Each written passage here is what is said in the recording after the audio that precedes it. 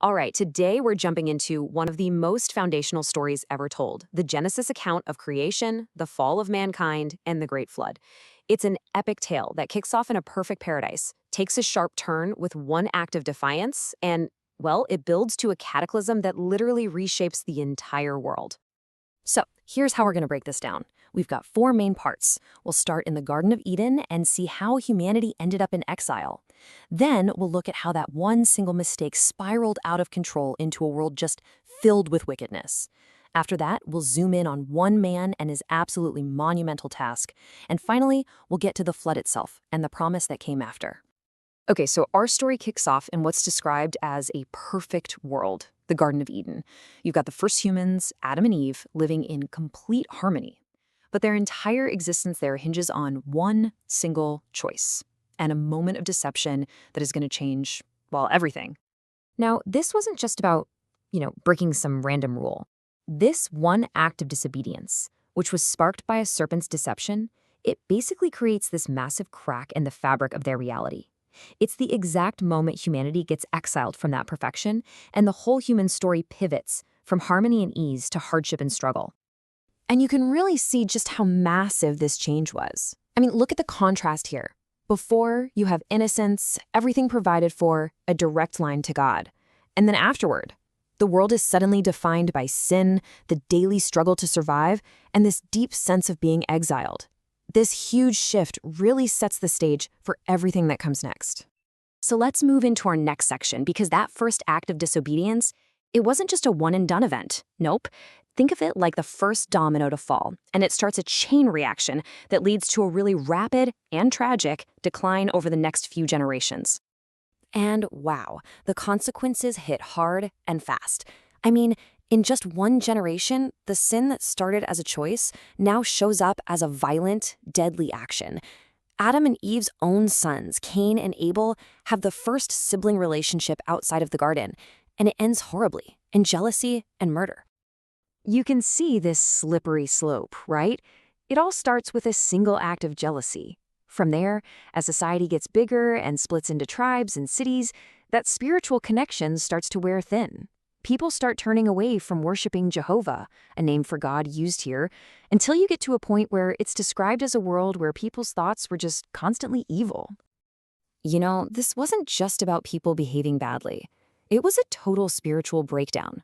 Sure, some people kept the faith, but many others started worshiping handmade idols, or even things like the sun and the stars. They were worshiping the creation instead of the creator. And this is where things take a really dramatic and heavy turn. The text describes a moment of divine judgment that comes from this deep disappointment.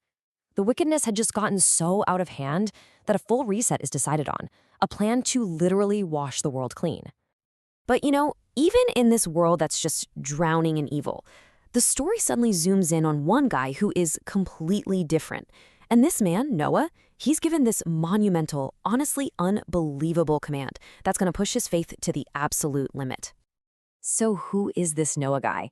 Well, he's not a king, he's not some big shot warrior, he's a shepherd, a humble guy who somehow kept his connection with God when it seems like everyone else had lost theirs. He even pleads for everyone else, asking if there's anyone righteous left. He's the total exception to the rule. And the instructions he gets? They are so specific. I mean, this isn't just, hey, build a boat. It's a detailed architectural plan, the exact wood to use, how many stories high, how to waterproof it. And then on top of that, there's the logistical nightmare of gathering his family, 2 of every single animal, and enough food to last for who knows how long. I mean, can you just picture this? Noah's out there building this gigantic ship, probably nowhere near an ocean. And what does he get for it? People mocking him, calling him a fool. He had to be so firm in what he believed while literally his entire community was laughing at him. And this right here, this quote, it tells you everything you need to know about Noah's character. When his own family was probably feeling the heat from all that ridicule, Noah's focus was crystal clear. His priorities were completely the opposite of the world's. For him, obedience to God was number one, way above his reputation, his money, or anything else. All right, let's get to the final act. This is where that impossible project meets the cataclysm that was promised. It's the climax of the whole story, an event of total destruction that somehow leads to a new beginning and a new promise. And then it happens. The skies just open up. For 40 straight days and 40 nights, the rain just does not stop. This is no ordinary storm. This is the world-altering flood that God had warned Noah about. So after the storm is over, just imagine this long, quiet waiting period. The ark is just floating with its precious cargo on an endless ocean covering the whole world. Months go by until finally it bumps up against something solid, the mountains of Ararat, the first piece of a new world. So how does Noah figure out if it's safe to leave? Well, he's got this really clever two-part test. First, he sends out a raven. It doesn't really give him a clear signal, so there's still all this uncertainty. But then he sends a dove. And when that dove eventually comes back holding an olive branch, it becomes this incredible symbol of hope and new life. And that olive branch, that's the signal. That's the grand light. It's the proof they've been waiting for that the flood is over, the earth is ready, and a new beginning is finally possible for Noah, his family, and all the creatures they saved. So we've gone full circle, right? From a perfect garden to a corrupt world to a world totally rebooted. This whole story of creation, destruction, and renewal, it leaves us with a pretty huge question to think about.